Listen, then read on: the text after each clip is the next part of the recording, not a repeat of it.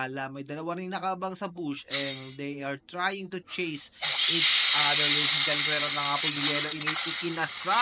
Pero ayun na nga si Pinchik ay tutumba sa top lane pala mga boss madam. Magiging kapalit ba rito? Tempest of Blade binigay na rin. Medyo pulado na rito. Si RA ay tutumba. Si Hunt ay pulado flicker para kay Hager Bush pero hindi sapat ang damage ng kanyang mga yellow. Medyo pulado dito. Yung chip ikinasa na rin yung kanyang shortcut. Tempest of Blade. Uy, yung pana makakuha rin ng turtle mga mamixer pero may nakatrot doon.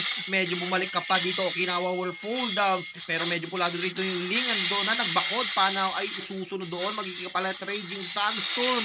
Pulado ang ating hand at flicker out para kay RA. Nag-heal pa nga ang ating Bombay. Si Bem makapag-retrieve ba? Uy, ikinasa na rin yung ating shortcut. Bem nabigyan ka agad dito. Ang bilis ng pasok ng mga Valhalla doon mga boss mo na pero isusunod ba si hand medyo pulado glorious pathway na retrihan pa nga rito makakatrot ba yung mga kable na doon pero makakawala yung ating funny dito pero hinawa at the top lane nabigyan dito tumatakbo ito nga po si Pinchik medyo pulado raw nung nabagsakan ng yellow si Pinchik ay tutumba dito umabante pero yung ating funny nandoon lang sa Gedli Tempest of Blade hindi nakapag-retrieve dito si Pana yung ating hand nandoon na pero nakatrot si Darren Gunn at isusunod si Bem ayun ang kapalit ng ating turtle at roon sa bush 3-beat situation pero yung shortcut yung lapag yung ating Eternal Guard ikinasa na rin si Bem ay tumban naman mga kaibigan at makakuha pa ng blue buff ang mga kalaban dito yung ating funny nakatrot si Okinawa dito dalawa na naman ang bagsak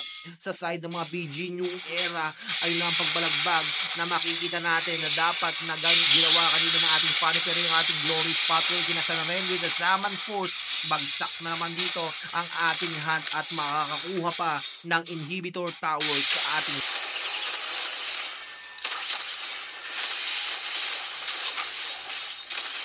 ito na nga po mga mamixer killing spree na nga po apat sa side na mga PG New Era ay tumba at mawawipe out nga doon ang ating mga PG New Era mga boss madam katulad noon napakabilis na katurot ang ginawa ng ating Pana doon sa ating Okinawa grabe no so hindi na nakapag-release kaagad doon ng kanyang Eternal Guard, yung Lord natin nandito sa middle tower pero mabibigyan ba? Sino ang unang tutumba rito? Yung tower bagsak na doon Pana will get a tower pero isusunod sa top lane o yung Silking Eagle kinasa na rin pero yung Lord buhay pa patuloy na pagdepensa yung ating shortcut ang doon with that glorious pathway Pinchik ay bagsak si Bem ay isusunod na rin dalawang bagsak sa side ng mga PG New Era habang kompleto pa dito ang mga Valhalla at tatlo na sila rito at ayun na at tinapos na yung ating Okinawa kumubuhay lang patay agad na no